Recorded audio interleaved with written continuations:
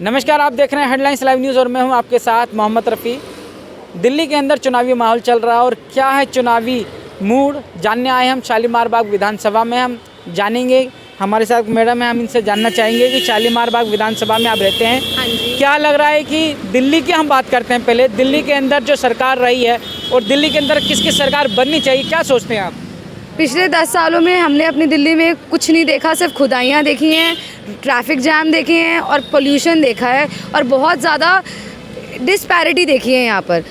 अब हमें लगता है कि हमें नए लोगों को मौका देना चाहिए, हमें कांग्रेस पार्टी को मौका देना चाहिए ताकि वो अपने आप को प्रूव कर सके कि हाँ वो पार्टी भी कुछ कर सकते हैं, क्योंकि जो उनके वादे हैं, जो उनकी बातें हैं वो ज़्यादा प्रॉमिसिंग है in comparison to the other parties that have already been there in the Vidhansabha already. तो क्या लगता है जो राहुल गांधी हैं कांग्रेस को जो लेकर चल रहे हैं, लग रहा है कि राहुल गांधी पर लोग विश्वास कर रहे हैं? हाँ जी, अब राहुल गांधी जी सर की जो स्ट्रैटेजीज़ हैं उनमें बहुत चेंज्ड है। अब वो बहुत ज़्यादा फोकस हैं, उनका जो रिएक्शंस हैं, उनकी जो प्रतिक्रियाएं हैं वो बहुत फेवर में हैं, लोगों के लिए हैं, लोग नेशन के लिए हैं और सबका विकास की प्रगति की तरफ है। वो वहीं जाएंगे और लोगों को चाहते हैं कि वो प्रोत्साहित हों और आगे बढ़कर काम करें। और जैसे हमारे विधानसभा इलेक्शन जो हमारे शालीमार विधानसभा में अब कांग्रेस पार्टी आ रही है और कांग्रेस पार्टी के जो नए फेस है प्रवीण जैन जी, उनका जो है उनको मैं एसयू ब्लॉक से रहती हूँ, हमने देखा है वो समाज के लिए बहुत काम करते हैं, हमेशा सबके लिए काम करने के लिए तत्पर रहते हैं, हमेशा सबके आगे रहते हैं।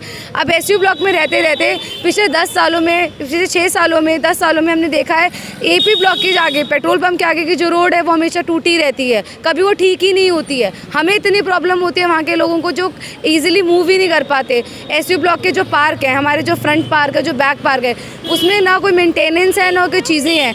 जिम, फ्री जिम हमें बोला गया था केजरीवाल जी ने कि वो मिलेगा, उसमें क्या सुविधाएं हैं? उसके सारे मैट उखड़े हुए हैं, बच्चे वहाँ पे चोट खा सकते हैं, गिर सकते हैं, प्रॉपर सुविधाएं नहीं है। पीछे वाला जो पार्क है पूरा खुदा पड़ा है, 1 साल उसे ज़्यादा हो गया है, उसमें खुदाई हो रखी है, उसमें बिल्कुल ही बेकार कर रखा है उस पार्क को, ना चलने लायक है ना बैठने लायक है। बच्चे कहाँ खेलें, कोई सुविधा ही नहीं है बच्चों के पास इतने बड़े पार्क होने के बाद भी।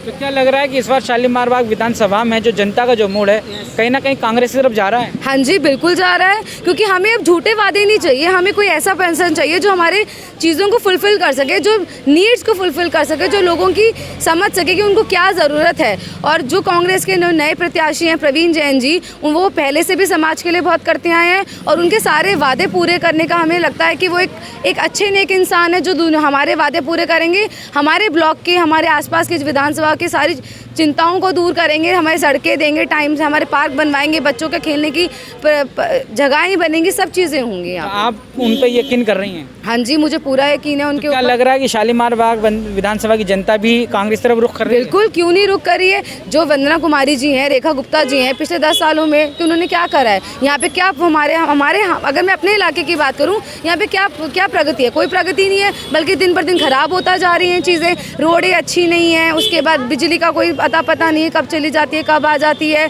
सब चीज़ें बेकार हैं। ना पार्क हैं घूमने लायक, बच्चों के लिए कोई सुविधाएं नहीं है। अब मेरे छोटा बच्चा है, अब मैं उसको पार्क लेके जाऊँ तो कहाँ लेके जाऊँ? कोई ढंग का पार्क ही नहीं है, ना झूले हैं, ना वहाँ पे सुविधाएं हैं, तो कहाँ लेके जाएं हम बच्चों को? बहुत बहुत धन्यवाद। मैं अपने दर्शकों से भी जानना चाहता हूँ कि अगर आपकी भी कोई राय हो और आप इनकी राय से इत्तेफाक रखते हैं तो खबर पर अपने कमेंट्स करके हमें ज़रूर बताएं।